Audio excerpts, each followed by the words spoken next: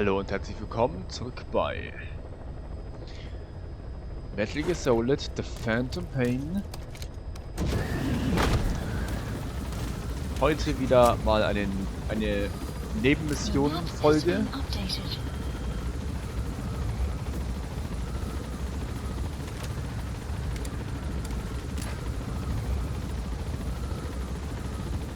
Ich spiele jetzt mit 2 Kurzstrecken machen und einem Raketenwerfer.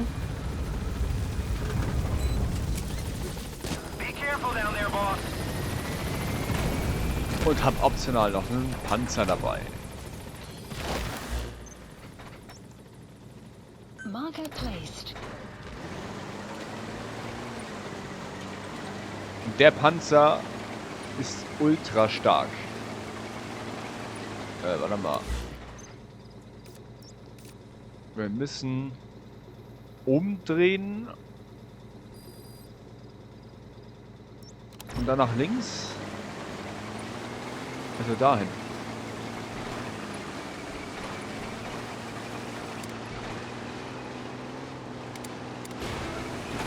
Oh, warte mal, das Ziel des hier ist anders, oder? Das habe ich ganz anders in Erinnerung.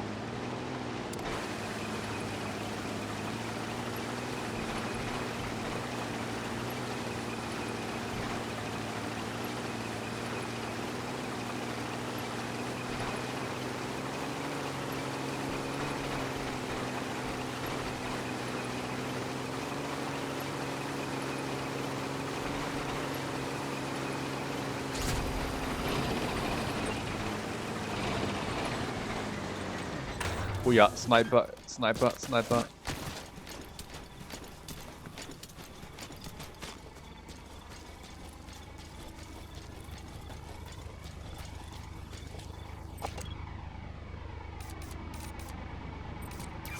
That's the target.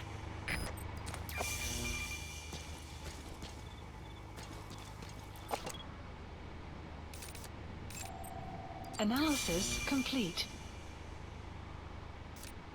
Ja, ne, da guckst du. Aber es sind definitiv noch mehr.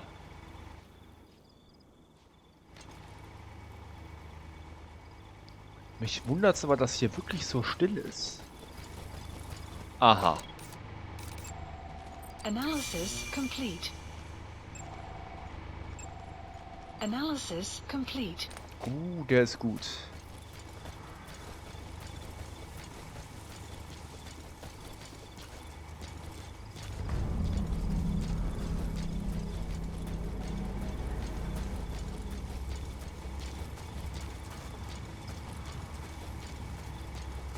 Enemy presence detected. The map has been updated.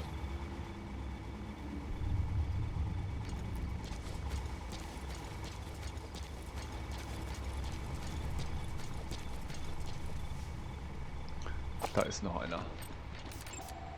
Analysis complete. Alles klar. Und das dürfte es dann aber wahrscheinlich gewesen sein.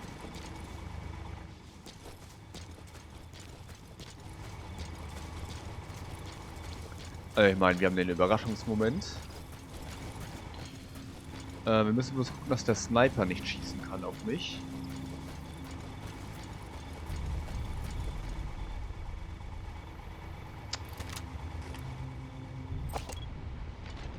Da kann der Sniper knapp nicht schießen.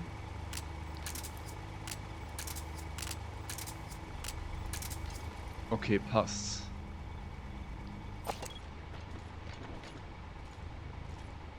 Okay.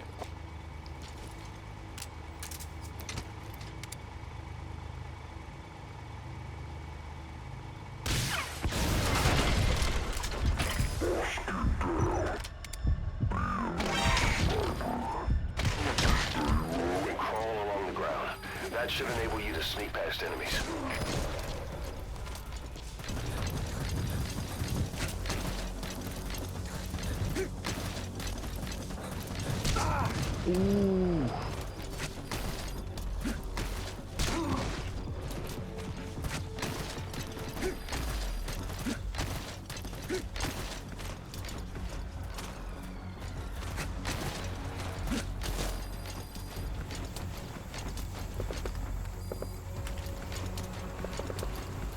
Caution.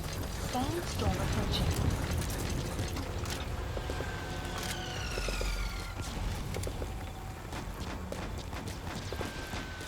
Enemy presence detected. The map has been updated.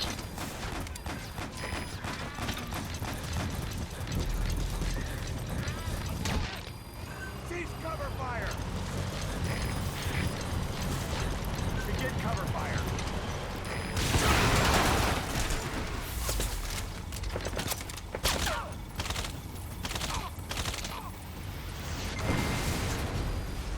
Quiet!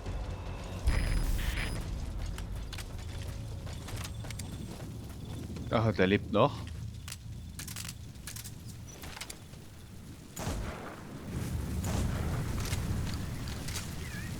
Okay, hat doch nicht so eine hohe Range, die ich mir gehofft hatte. Side-op from Side-op's list updated. Aber okay. Das war Mission Nummer 1. Quiet! Nächste Mission. Ja, Marker placed.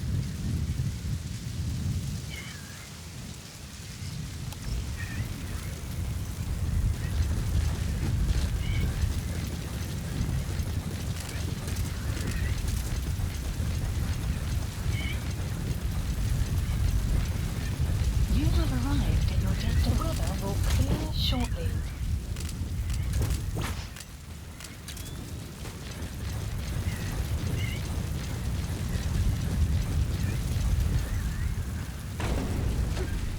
wäre es cooler gewesen?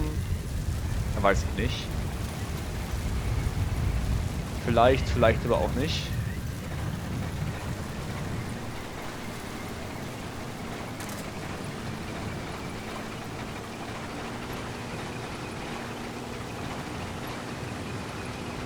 ...125 Millimeter.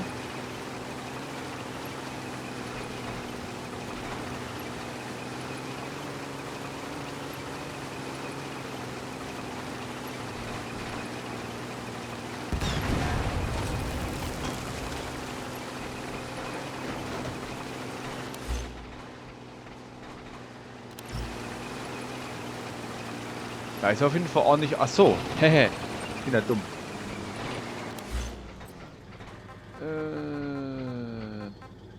Kassetten.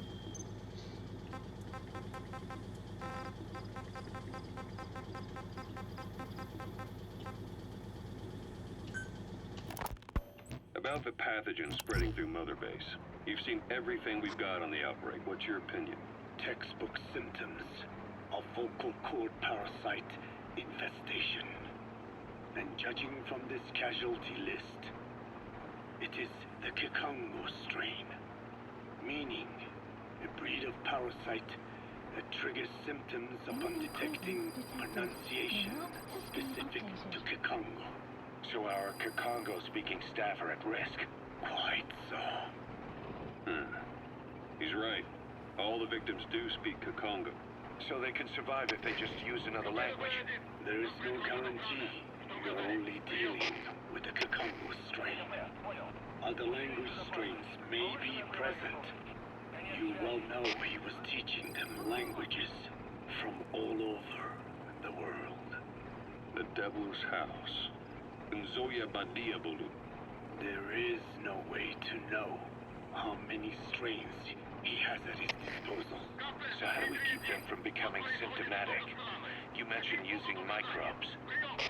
Use this. The type of Wolbachia. Introduced to a sample of the parasite. Wolbachia.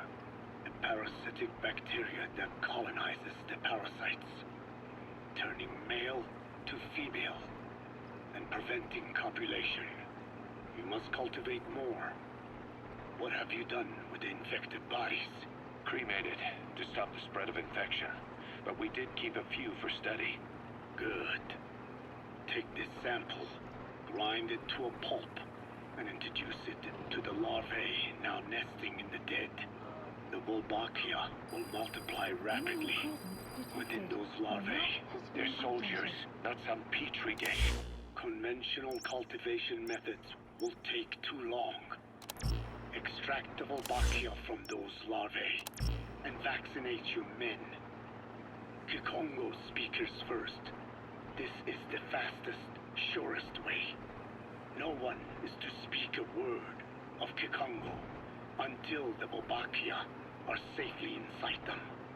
I will instruct your medical staff in detail on site. You have the appropriate facilities, yes, but do not worry. I made a pact with your Peteholone on the honor of the Dene. I speak no lies. Keep an eye on him. Will do. Follow me. I'll take you to the medical team. Now, we must wait for the Volbachia to multiply in the larvae. How is the disease transmitted? If it's carried by insects or rodents, then... There is no intermediate host. So... The vocal cord parasites lay their eggs in the larynx of the host. Most hatch and migrate to the lungs, but some are transported to the mouth through ciliary movement, mixing in with saliva. Saliva.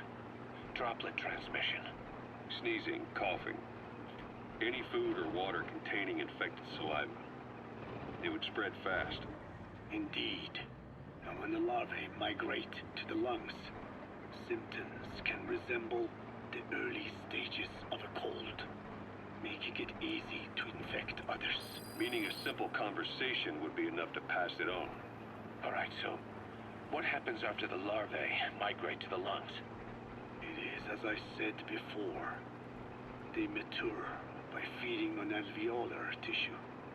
It is only then that noticeable symptoms appear in the host. And by that point, it's too late. He's infected everyone else. It's one hell of a weapon you've created. That is what Blagana wanted. Something that would spread easily.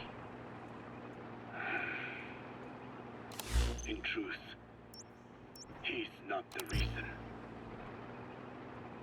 But we will discuss that another time. The Wolbachia have multiplied. We're preparing to extract them and begin vaccinating. But is this really the only way? Sure, it'll prevent infection, but the cost... You would rather remove their vocal cords? No. Tactical communication's a linchpin of what we do. What if we were to ban the use of Kikongo? Insufficient. First, there's no guarantee that only the Kikongo strain is here. Second, there is the matter of how the parasites lay their eggs. Before they can copulate, they must be exposed to the pronunciation of a specific language for a period of time, like a container filling with water. But the duration between when the container is full and when the copulation actually begins varies from case to case. In other words, even if the infected stop speaking as a countermeasure, it may already be too late. The only true solution is to prevent copulation through the Wolbachia, or by physically removing the affected tissue. Do any anti-parasitics work? It sounds as though you have already tried. Yeah. We tried every one there is, and nothing. I have yet to find a medicine that can remove the parasites. At best, it temporarily covers their ears. Why is that? Because the parasites are companions to us. To remove them inevitably harms the host. Companions? More than you think. And this is why the human immune system cannot eliminate them.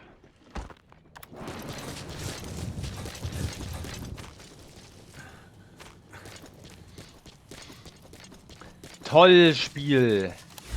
Dass ausgerechnet jetzt der Panzer weg ist.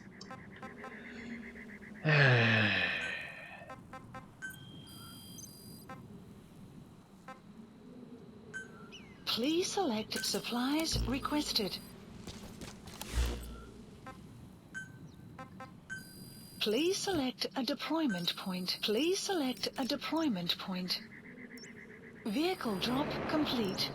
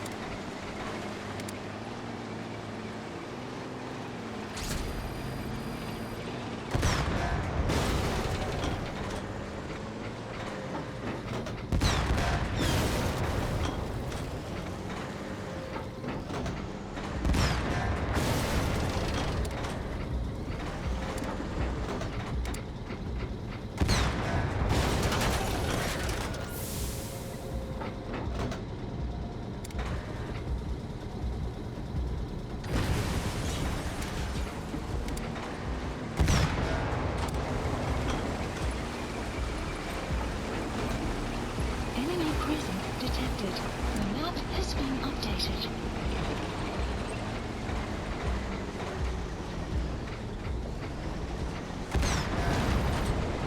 Enemy presence detected. The map has been updated.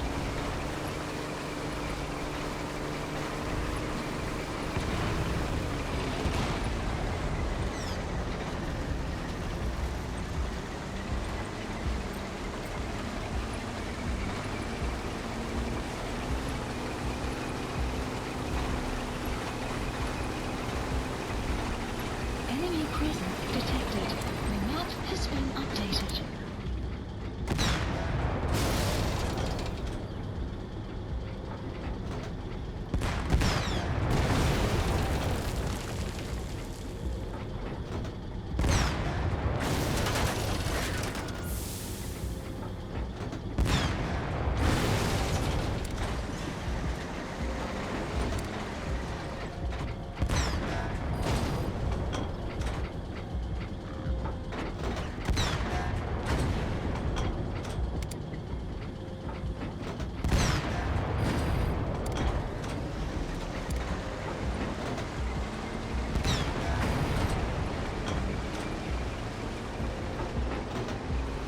Enemy presence detected.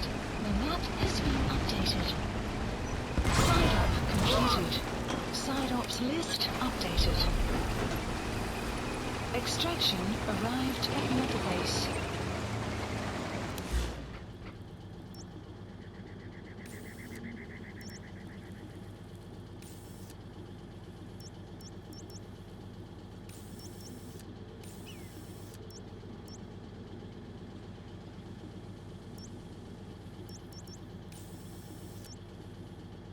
Marker placed.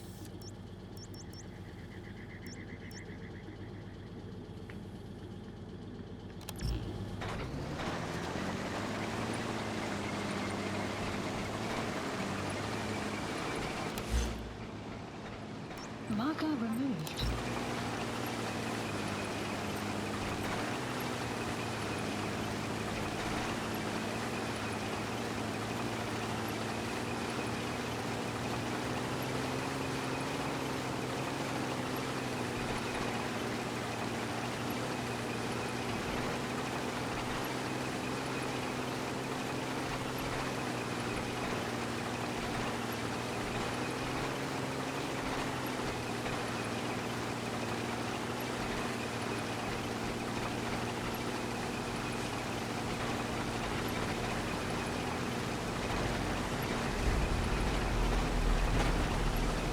Presence detected.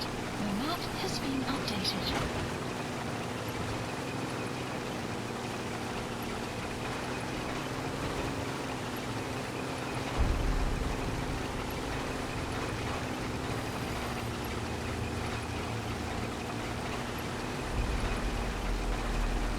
presence detected. The map has been updated.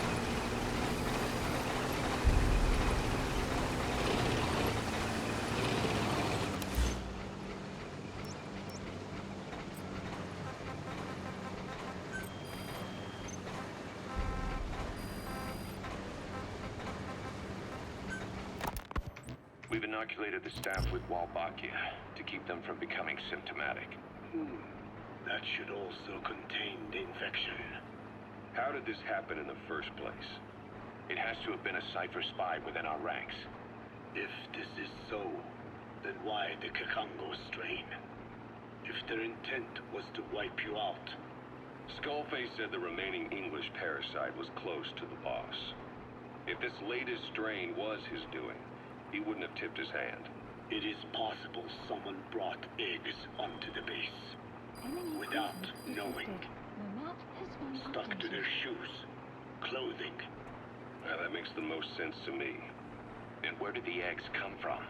You mentioned that your boss visited Zoya Badiopulu. Sure, but his gear's disinfected immediately upon return. Then he was not the carrier. And not just the boss. All staff dispatched to high-risk regions were quarantined on the flight back.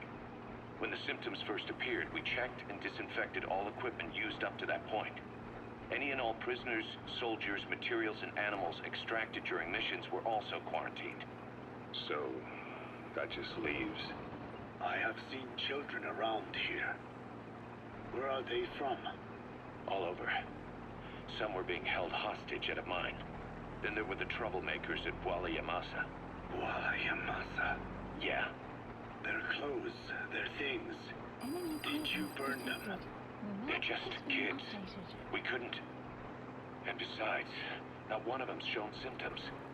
The parasites don't infect prepubescent hosts. Their vocal cords are not fully developed. Well, if infection doesn't occur in children... It is possible they carried eggs on their clothes, and the infection spread from them. Check the kid's stuff. I doubt there is any trace left by now. But if there is, some of those kids must be close to hitting puberty. How could we have missed this? The name Wala Yamasa got quite a reaction from you. I'm guessing the Kakongo strain was released in that village. Cypher used that region to experiment with vocal cord parasite transmission. The Kakongo strain. The settlements around the refinery upstream of Wala Yamasa were the proving grounds.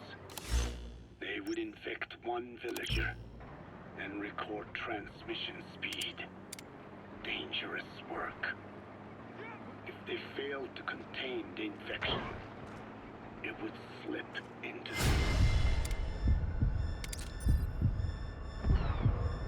regions. At which point the world found out about the making them useless as a weapon. Incredible they risk such a thing. The test site was densely populated too.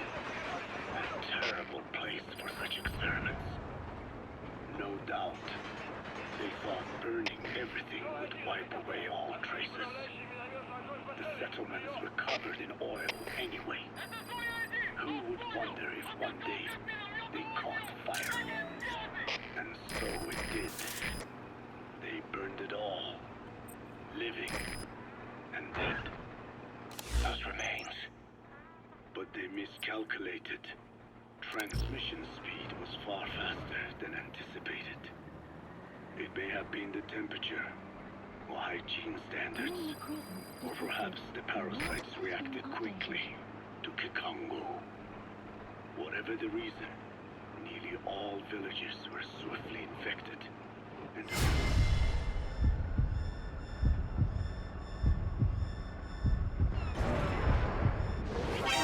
mounds of corpses.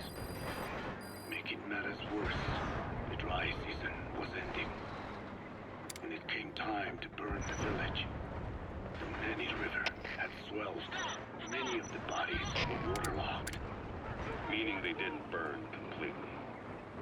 corpses still contained viable eggs, and the larvae washed downstream. When the people downstream drank that water, That marked the end for Bwala Yamasa. I learned all of this at the mansion. I warned him of the risk of eggs getting out. And We are prepared for any eventuality. I get it. Putting the oil field back online, the oil leaks saner. They plan to pollute the river, prevent the spread of infection. but the oil flow was stopped, and downstream the people of Masa village started using the water again. The PF soldiers deployed at the village were locals, spoke Kikongo. They were infected, and the kids survived. I've heard enough. And who stopped the flow of oil? Don't. We did. That confirms it. The source of the Kikongo strain infection was Masa village, and the children brought it here. It is no one's fault. There is no blame to be cast. The parasites, they were tested in other regions? Their physiology requires that they be tested under varied conditions. This site was in Afghanistan. Parasites there. Both debris.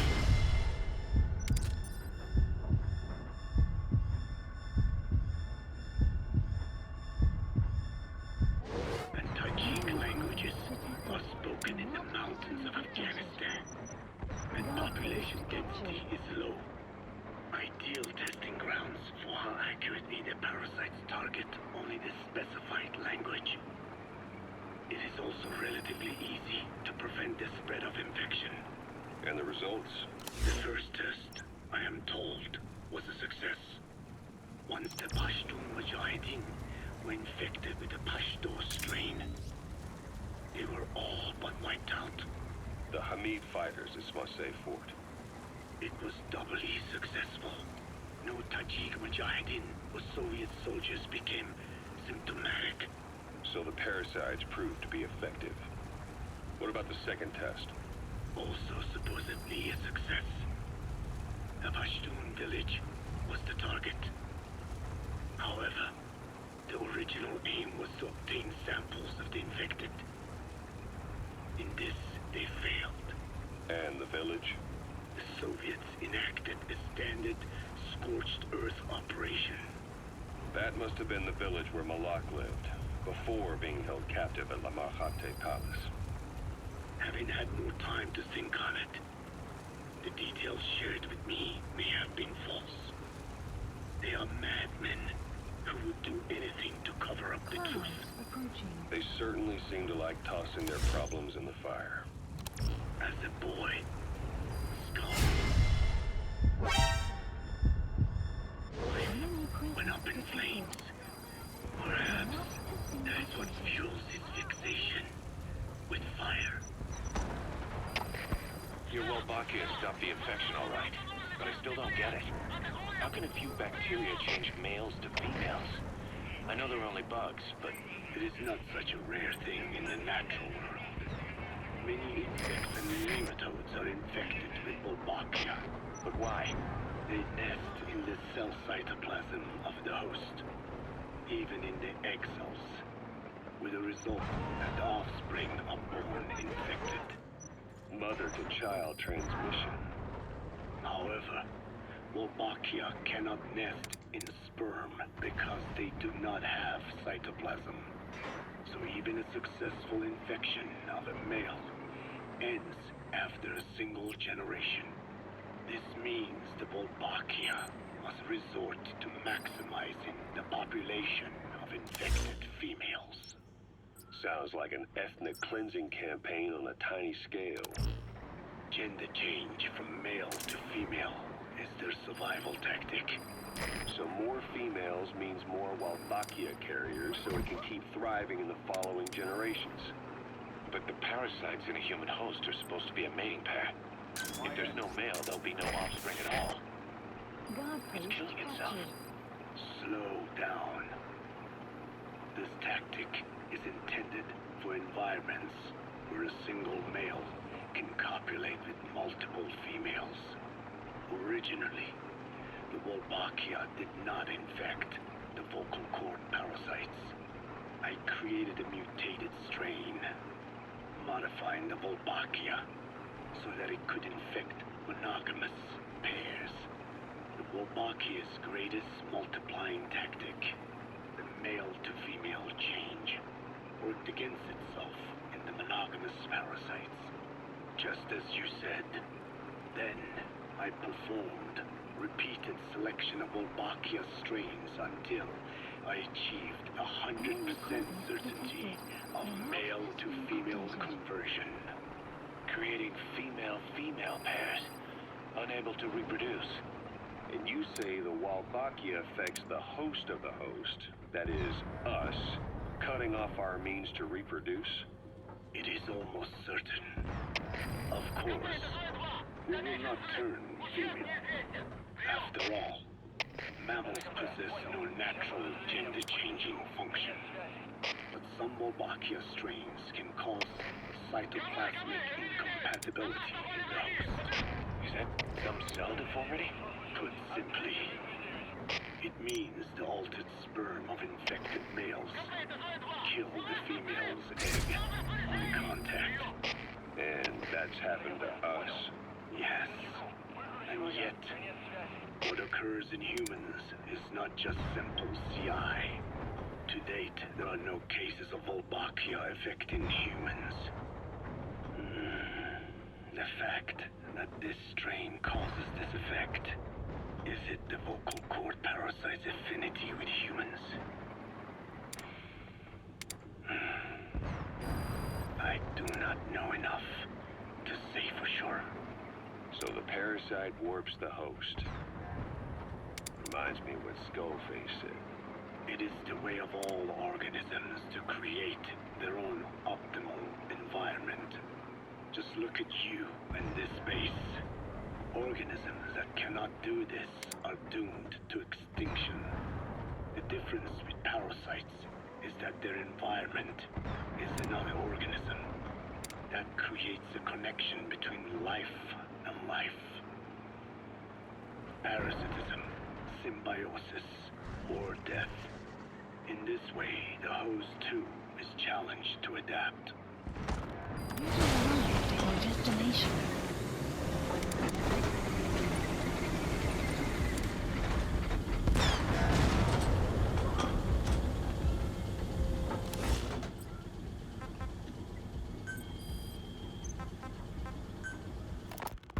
About this OKB-0 Emmerich was talking about.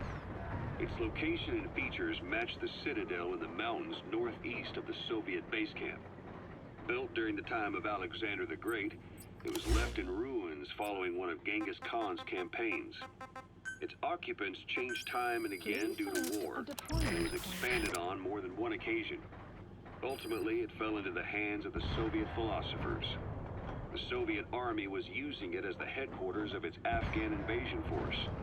But it would seem that Skullface's connection with the philosophers gave him license to develop Sahelanthropus there. And that's what Emmerich was doing at the place, before he got the axe. But OKB is a designation the Soviets use for weapon design bureaus. There's no way they'd have one of those in Afghanistan. And in principle, the numbers that follow OKB are always integers above 1. There is no 0. Perhaps this was a secret facility of the Soviet and Chinese philosophers dating back prior to World War II. Though it's more likely Skullface just picked a fake name that more or less fit the Soviets' pattern. He doesn't go there often, but he sure as hell won't miss this. They use the heliport on top of the tower for his visits. Start by heading for the heliport. Then wait for your chance to make contact with Skullface. It seems Sahelanthropus' armor is made from depleted uranium. That offers some serious protection. The U.S. military is planning on using it for its main battle tanks, too.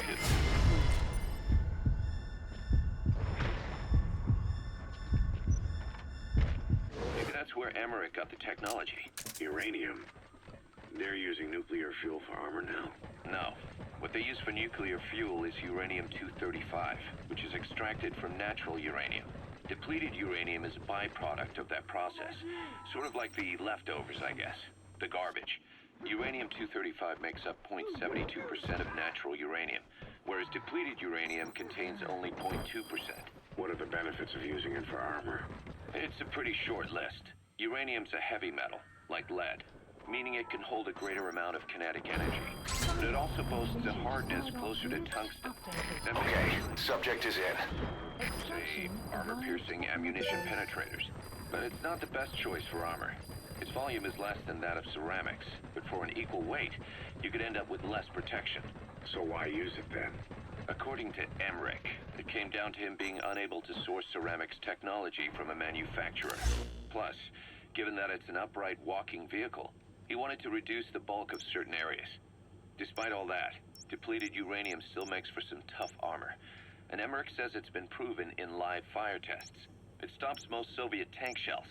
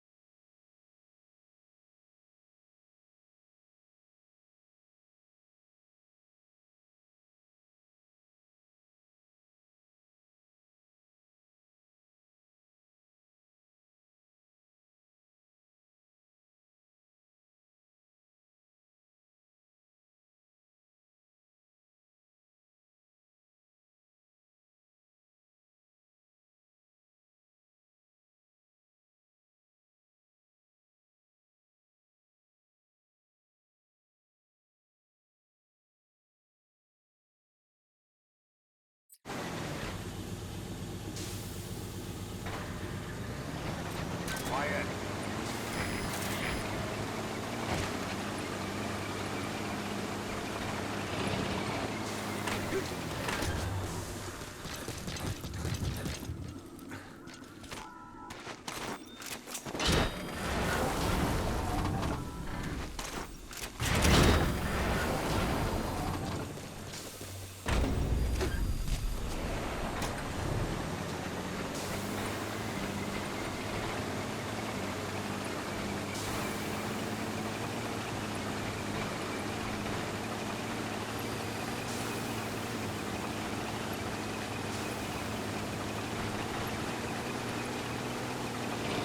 Extraction arrived at Mother Base.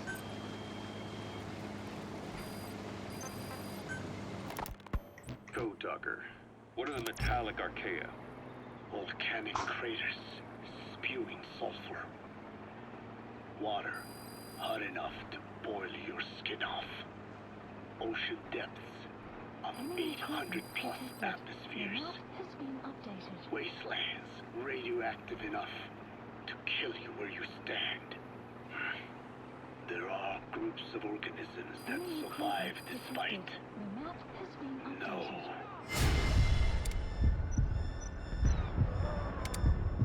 Because of living in such environments. I've heard about that. Extremo something. Extremophiles. By selecting certain species, then subculturing and repeatedly modifying them, I created a metallic offspring of pure archaea. They subsist on metals rather than organic matter. And some of them even consume uranium? Yes.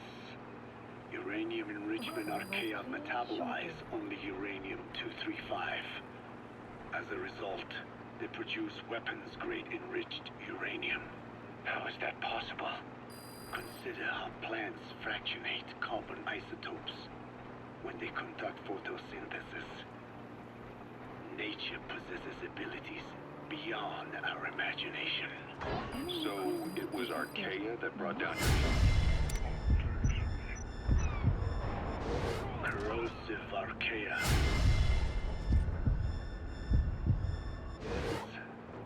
They oxidize metals, feeding off the energy in the electrons they receive. What became of the wreckage? We had the R&D team retrieve samples for study in airtight plastic containers, of course. Prudent. We shall extract Archaea from it in good time. They should help you fight back against Blagabana. Any chance we could start now? It doesn't have to be a lot. I might just have another use for it. If it's only a small amount you need. That's fine. I'll get the R&D team to assist. Let's go. South Africa was previously suspected of developing nuclear weapons. It already had a conspicuous presence at the UN because of apartheid.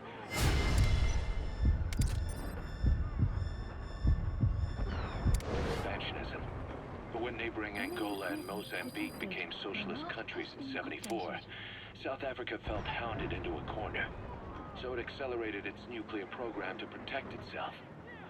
3 years later, the Soviets discovered a test facility. And 2 years after that, an American observed a flash in the southern Indian Ocean. It said this was South Africa conducting a nuclear test with the help of a certain ally. Skullface used the situation in South Africa to get this ally to lend a hand. They both wanted nukes, so it was a mutually beneficial relationship. On the surface, anyway. I figure South Africa started getting serious about nuclear weapons production in '75. In '74, the government was still able to get by with bluffing that it had a nuclear arsenal. But the year after, word spread that an independent armed group in the Caribbean was crushed by Cypher for possessing a WMD. That's right, boss. What happened to you was the reason South Africa decided to push ahead with nuclear development. A force independent of any country getting its hands on a nuke. That was a threat to the existence of countries everywhere. It wasn't just South Africa. Your presence pushed a lot of countries to get nukes. The world was scared of you. You were a threat to more than just the Cold War. If nations are gears in a machine, you had the power to smash them loose and watch the whole world grind to a halt. Enemy presence detected. The map has been updated.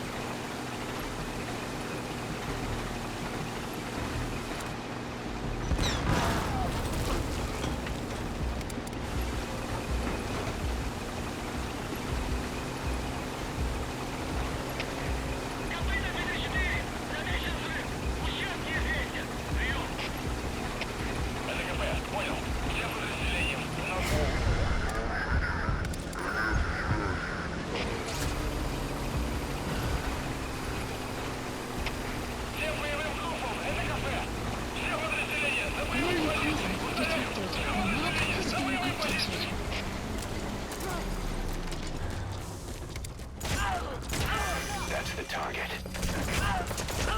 Enemy presence detected. The map has been updated.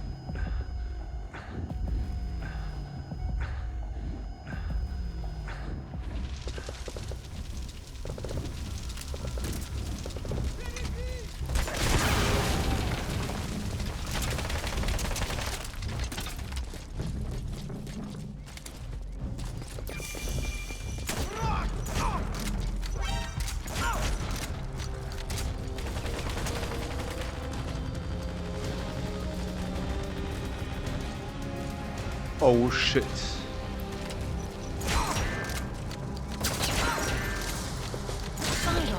Side ops list updated.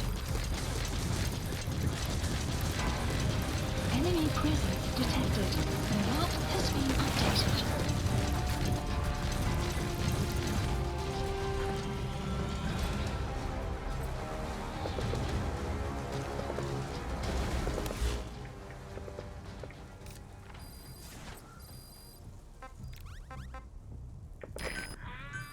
Please select a landing zone. Support helicopter requested.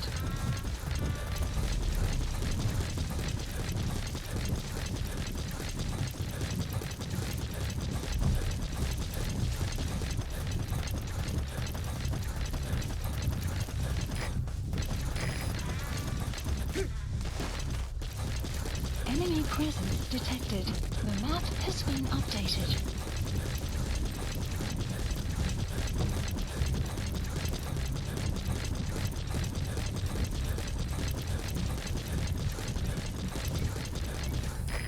This is Speed Quad. Arriving shortly at LZ. Emmerich uses externally powered legs of his own design. It's bionics technology, a product of the U.S. military's failed attempt to develop a powered exoskeleton. All the wearer has to do is apply a little force, and the actuators continue the movement in that direction. But his legs are unique. Instead of using a hydraulic mechanism, the actuators run off metallic archaea. That increases the actuator's reaction speed and also enables him to lock and release the joints at will.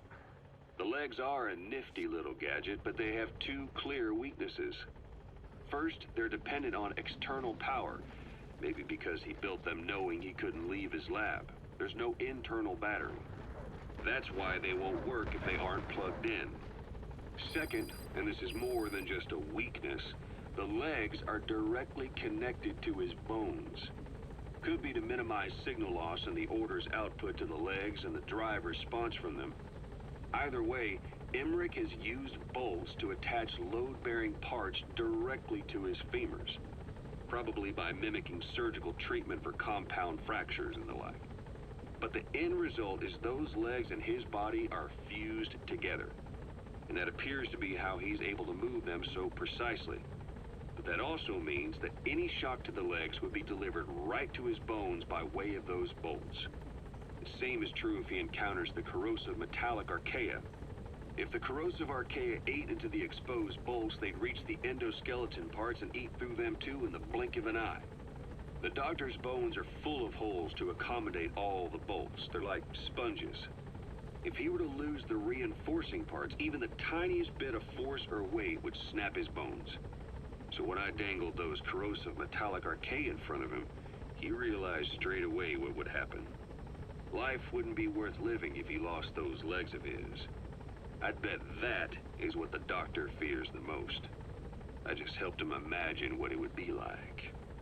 Thanks to that, I got the information we needed without either of us getting hurt.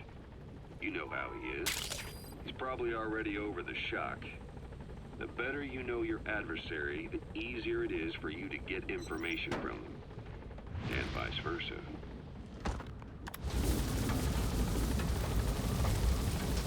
So. Das war's dann an der Stelle.